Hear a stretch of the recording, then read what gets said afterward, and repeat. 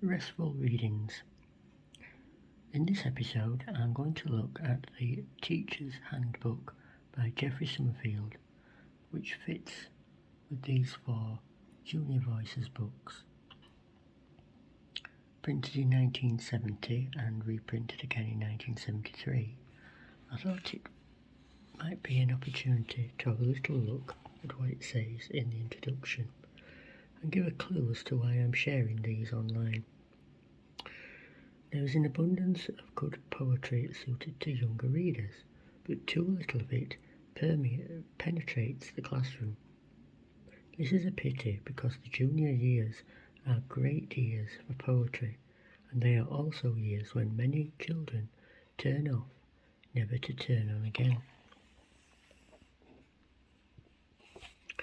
Poetry can enjoy a much freer life in the primary school than in the secondary school. It doesn't have to be confined to a space called the English lesson, but can pop up or be called into service at any time during the day.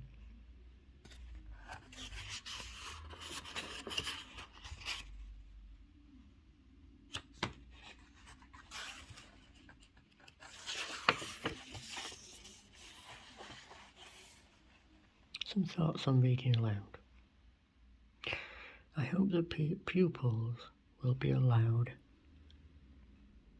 to explore these volumes at their leisure, and also believe that teachers have a vital part to play in the pupils' experience of poetry.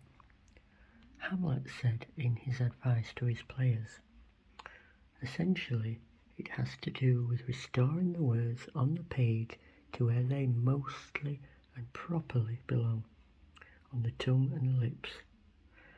Much that is obscure to the eye of the pupil will thereby enter in at the ear.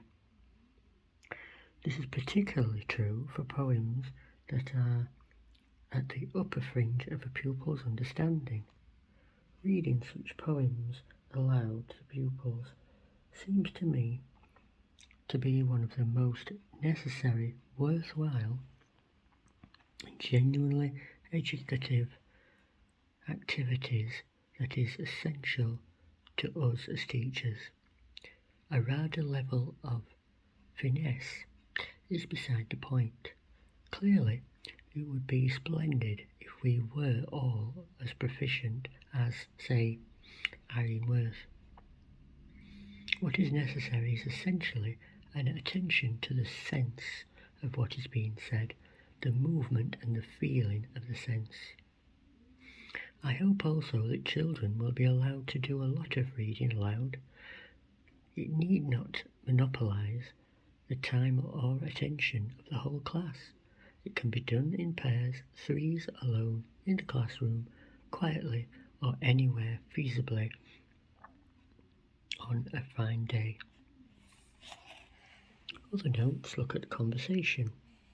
Two of the best descriptions of conversation are the essay by Heinrich von Kleist and the language of conversation in David Crystal and Derek Davies' Investigating English Style. Let's also take a moment to reflect on reading posture. In a free, unstructured situation, I discovered that a class of 11 and 12-year-olds chose over a period of a year a variety of postures and positions in which to work. For reading a book, some preferred to lie on the floor, others to stand, others to pace up and down, others to lean against a window ledge, others to sit on a table. Comfort in reading is clearly a subjective and extremely variable matter, and it seems unhelpful to insist on uniformity in this. So when continuing to read my Restful Voices series, I too shall consider where it is that I sit. Today I'm sitting at a table to show you these titles. Previously I've sat on the floor. You'll find your own way of sitting for restful reading. But please, I ask that you like, subscribe, comment, share. Subscribe for free, but there's no need to join or to offer any financial support. Bye for now.